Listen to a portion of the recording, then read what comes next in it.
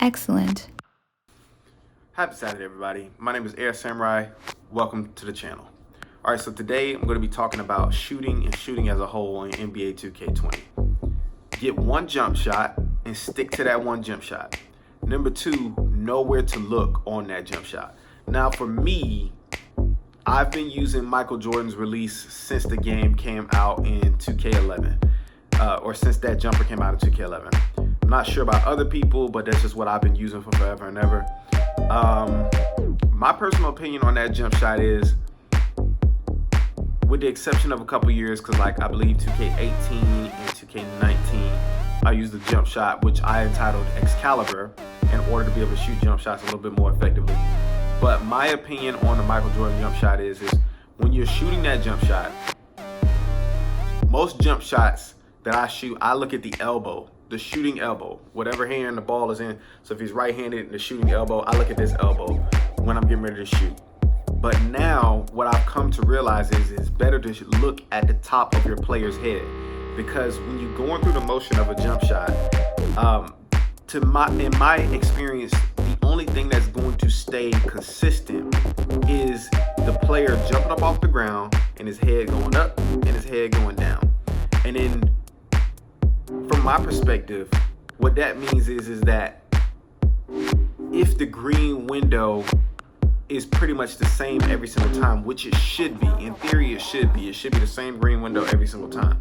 When you're watching the animation, sometimes, people come in, they close out on you, they try to stop you from shooting or whatever. And then other times, what's gonna end up happening is like you'll catch the ball, but you haven't completely set your feet yet. So then you'll get a little bit of a different jump shot timing, a different animation than what it is that you normally feel you could.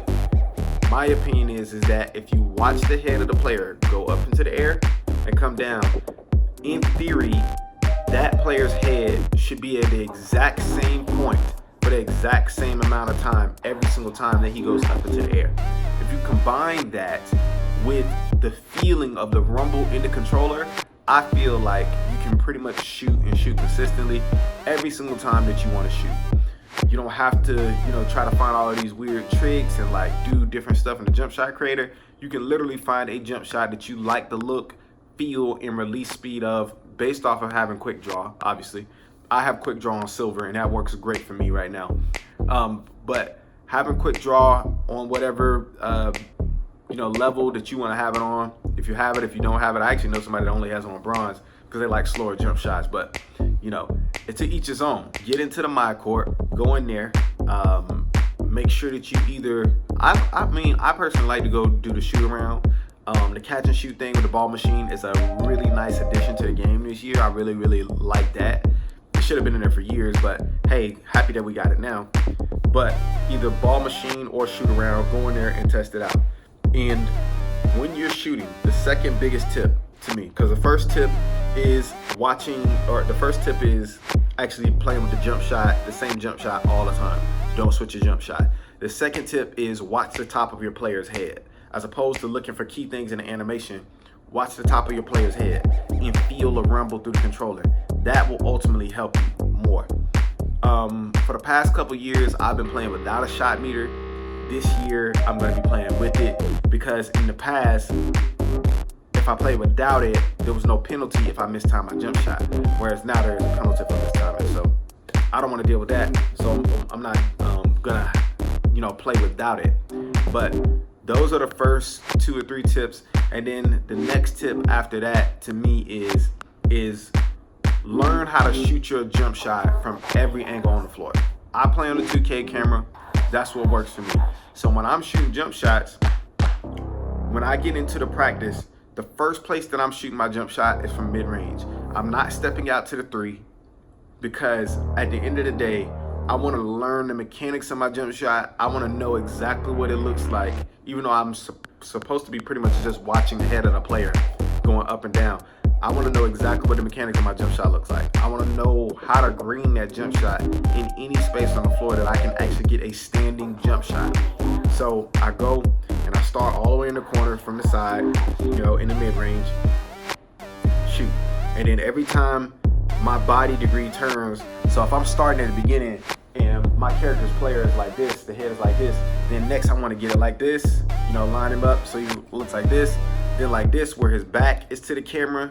Then on the other side, and then all the way over. So essentially what I'm doing is I'm making sure that I understand my timing from every angle in which my character is jumping to release the jumper. After that, after I make sure that I warm up and I get my jumper, you know, pretty much lined out everywhere around the court, then I'm gonna step out just a little bit further, but I'm still in the mid-range. I like to do 2 spaces in the mid-range. I like to do a little bit closer to the basket mid-range, then I like to do like a longer mid-range, because the way 2K is that those jump shot timings do change just a little bit.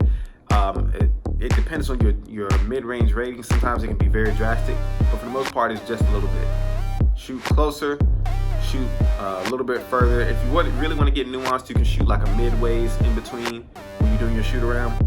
But I practice all of those, and then I go out after I've done that as many times as I possibly can, and then I try the 3-ball.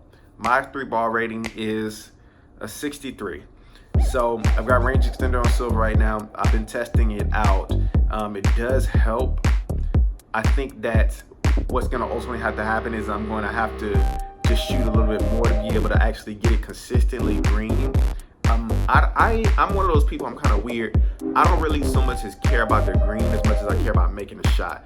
Because I remember very, very specifically, I know this is 2K20, but in 2K18 and in 2K19, with my jump shot Excalibur, I'm going to be releasing it a little bit later in the year, because with that jump shot in 2K18 and in 2K19, I knew exactly where I was going to release that jump shot, where the head of my player was going to be, and even if it was like a full white, or, you know, because I wasn't playing with the meter, I wouldn't know, but it would be slightly late or slightly early, I would make jumpers back to back to back to back, and I was playing with a slash and shot creator. So, you know, that should pretty much tell you, you know, my level of proficiency with shooting those jumpers. But anyway, those are my tips on actually being able to shoot a little bit better in the game. I just saw a tweet by Mike Wayne on Twitter where he made a forum on Reddit, or, you know, I guess a post on Reddit to get like badge feedback from the community.